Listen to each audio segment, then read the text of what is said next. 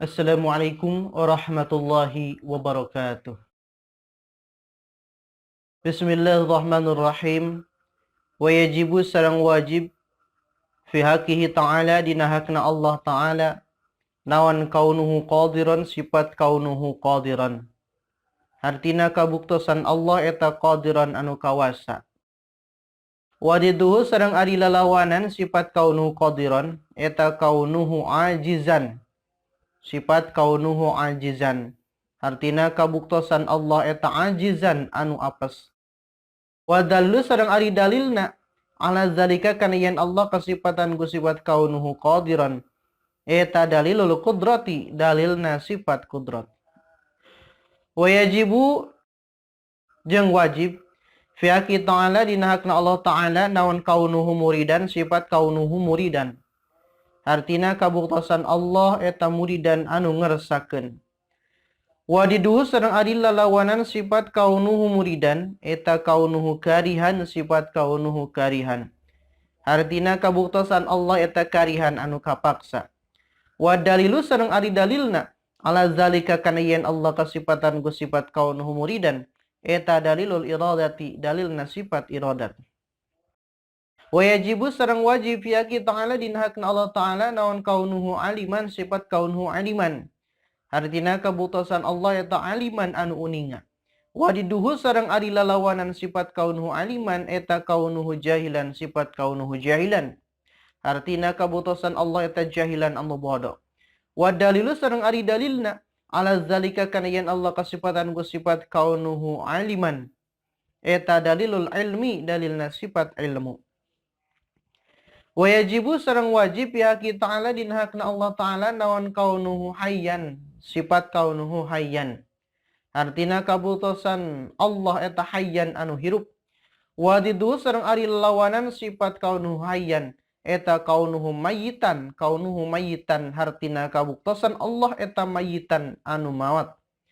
Wa dalilu sareng ari dalilna ala zalika kana yen Allah kasifatan ku sifat kaunuhu hayyan eta dalilul hayati dalilna sifat hayat. Bismillahirrahmanirrahim. Wa yajibu fi haqqi ta'ala kaunuhu qadiran wa didduhu kaunuhu ajizan wa dalilu ala zalika dalilul qudrati. Maksudna ieu kaul wajib dina hakna Allah ta'ala bukti Allah anu kawasa. Jeung ari lalawanana eta bukti Allah anu apes. Ari anu nuduhkeun kana bukti Allah anu kawasa eta dalilna sifat kudrat. Entos tipayun dibahas. Keterangan kecap wajib di dieu jeung kecap hakihi oge kecap ta'ala eta seperti anu tos tipayun dibahas. Harti kaunuhu qadiron eta beda jeung harti kudrat aya di Allah. Tapi lain harti anu ngisah. Hartina lain tambahan sifat tina kudrat tapi talazum bil lazim pikeun di Allah. Lain talazum bil illah. Yen tiap kudrat aya di Allah pasti bukti Allah anu kawasa. Beda jeung di makhluk. Di makhluk mah talazum bil illat. Hartina tiap kawasa aya di makhluk. Pasti bukti eta makhluk anu kawasa. Lamun teu aya nu ngahalangan. Lamun aya nu ngahalangan kawasa aya di makhluk bisa jadi eta makhluk bukti anu teu kawasa. Ari sifat maknawiyah lain sifat bangsa wujudiyah. Nu bisa disebut bangsa aya. Da puguh anu aya mah zat jeung sifat ma'anina. Lain bangsa adamiyah. Nu bisa disebut bangsa eueuh. Da salagi ma'ani aya dina zat, lazim aya sebutan maknawiyahna. Tapi sifat maknawiyah teh amrun i'tibariyun. Basa rekenan. Lalawanan kaunuhu qadiron eta kaunuhu ajizan. Bukti Allah anu apes. Hukumna mustahil. Eusi sapuratina anu dimaksud ku kaunuhu ajizan eta sakumaha eusi anu dimaksud ku apes. Parantos dipayun dina bab sifat kudrat. Dalil sifat kaunuhu qadiron eta sami sareng dalil sifat kudrat sabab maknawiyah. eta lazimna sifat ma'ani. Dalil nakli sifat kudrat dauhan Allah dina Al-Qur'an. Surat Al-Maidah ayat 120. Wa huwa ala kulli syai'in qadir. Hartina jeung ari Allah kana saban perkara eta anu kawasa. Anu dimaksud ku kullu syai'in eta sakabeh perkara anu mungkinul wujud. Henteu ngawengku kullu syai'in di dieu kana wajibul wujud jeung kana muhal wujud. Beda deui jeung wa huwa bi kulli syai'in alim. Anu dimaksud ku kullu syai'in di dinya mah sakabeh perkara wajibul wujud, mungkinul wujud, muhalul wujud. Sakabeh dalil nakli dina Al-Qur'an ku lafad ma'nawiyahna lain ku kecap ma'anina. Bisa sote dipake dalil kana ma'ani, pedah ma'ani lazimna tina ma'nawiyah. Jadi lamun dalil akli ma'nawiyah nurut kana ma'ani, lamun dalil nakli ma'ani nurut kana ma'nawiyah. Salajengna wa yajibu fi haqqi ta'ala kaunuhu muridan wa didu kaunuhu karihan wa dalilu ala zalika dalilul iradah. Maksudna ieu kaul nyaeta wajib hak Allah bukti Allah eta anu ngeresakeun. Ari lalawananana eta bukti Allah anu kapaksa. Ari kaayaan Allah anu kapaksa eta teh mustahil. Ari anu nuduhkeun kana bukti Allah anu ngeresakeun eta dalilna sifat iradat. Penjelasan anu dimaksud ku kaunuhu muridan kalawan sacerewelena sami pisan sareng penjelasan sifat iradat di Allah. Lalawanan sifat kaunuhu muridan eta kaunuhu karihan. Wajib dimakrifatkeun mustahil buktina Allah anu kapaksa. Anu dimaksud bukti Allah anu kapaksa sakumaha penjelasan anu dimaksud ku karohah anu parantos dipayun wincikan penjelasana dina sifat ma'ani. Salajengna dalil kana kaunuhu muridan eta cukup ku dalil akli dina sifat iradat. Dupi dalil naklina dauhan Allah Ta'ala Quran surat Hud ayat 107.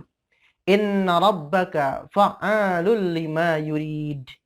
Hartina saestuna ari Allah pangeran anjeun eta anu seueur ngadamelna kana perkara anu anjeunna ngeresakeun. Penjelasan ieu ayat, Allah seueur ngadamelna ku sifat kudrat anu hiji. Damel Allah anyar ku kudrat Allah anu qadim. Allah midamel kana perkara anu parantos ditangtukeun ku pangersa anjeunna, lain ku karep makhluk. Sedangkan makhluk nu boga karep eta pakarepanana dikersakeun ku Allah. Sarta teu lazim tiap-tiap Allah ngersakeun makhluk mikarep henteu lazim kana Allah ngersakeun kana anu dipikarepna. Ngan soka beneran antara Allah ngersakeun nyieun karep jeung Allah ngersakeun nyieun anu dipikarepna. Salajengna wa yajibu fi haqqi ta'ala kaunuhu aliman wa diduhu kaunuhu jahilan. Wa dalilu ala zalika dalilul ilmi.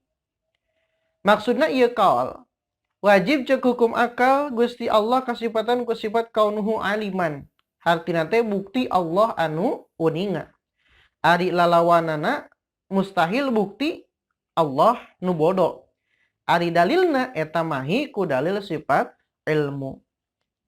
Anu mana penjelasan kecap yajibu hak ta'ala di dia seperti anu tipayun nya kitu deui penjelasan ma'ani jeung ma'nawiyah seperti nutos dibahas dina pembahasan tipengker. Penjelasan sapuratina sifat kaunuhu aliman di Allah, mustahil bodona di Allah, dalil akli jeung dalil naklina cukup dina sifat ma'anina. Salajengna wa yajibu fi haqqi ta'ala kaunuhu hayyan wa diduhu kaunuhu mayyitan wa dalilu ala zalika dalilul hayat. Maksudna ieu kaul wajib dina hakna Allah Ta'ala kasifatan ku sifat kaunuhu hayyan.